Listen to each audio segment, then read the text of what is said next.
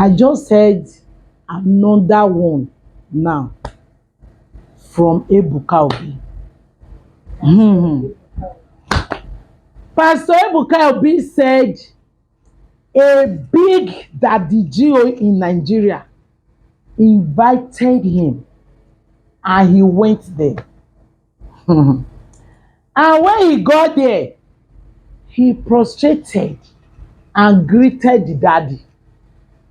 And in the process, the daddy now asked him that I heard that you are positioning your bosses all around churches or all around the areas to get members to your church. Why are you doing that? Hey, so I heard that on Sundays, you always mount vehicles in different churches, carrying people to Zion Ministry.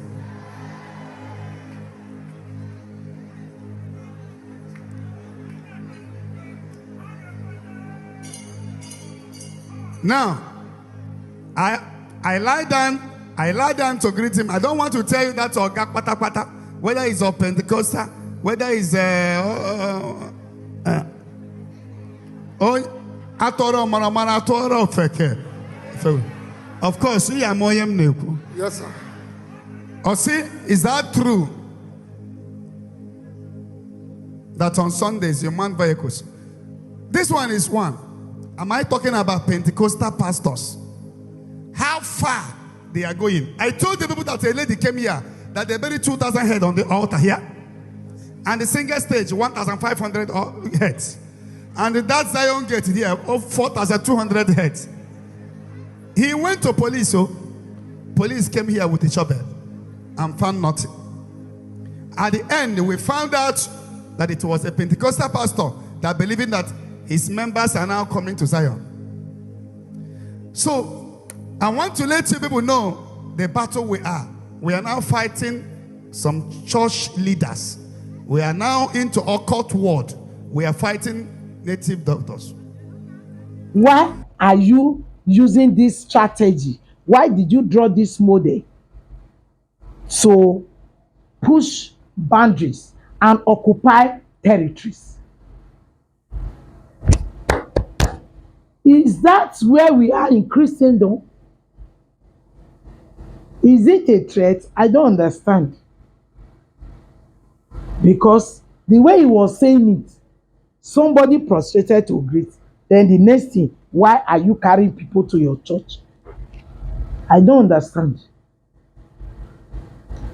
Please, our daddy G.Os.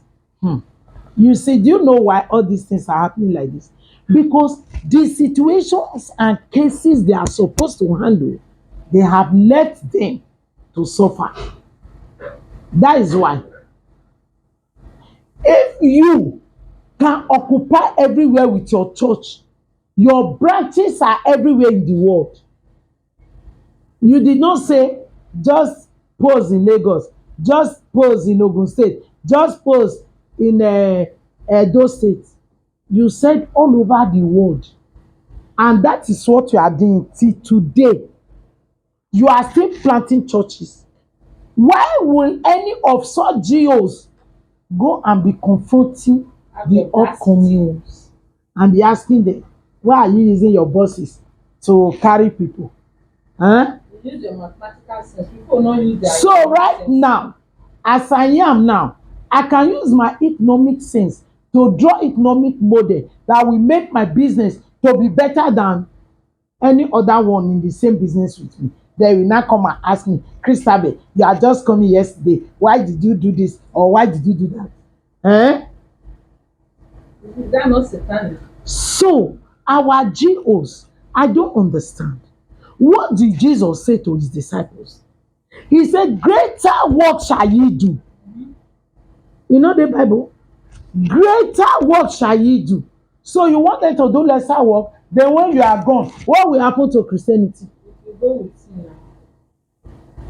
Instead of you to be happy, when you call them for meeting, you tell them how proud you are that they are doing greater things than you did. So I now want to ask a question. All of such that the G.Os, your sons and your daughters What do you wish for them? The biological sons and daughters.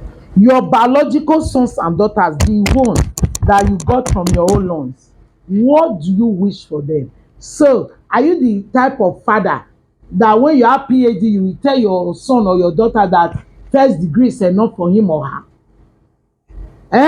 You will be flying jet. When your son want to enter, you say, you are not yet up to that age. Meanwhile, we know what all of you are doing with your children. Your children in secondary school, your children in university. If you enter university now, all the G.Os children there, you will be shocked what they are doing. Rolex. In one of these big universities, when you will enter, the food they eat, they don't eat the same food with their mates.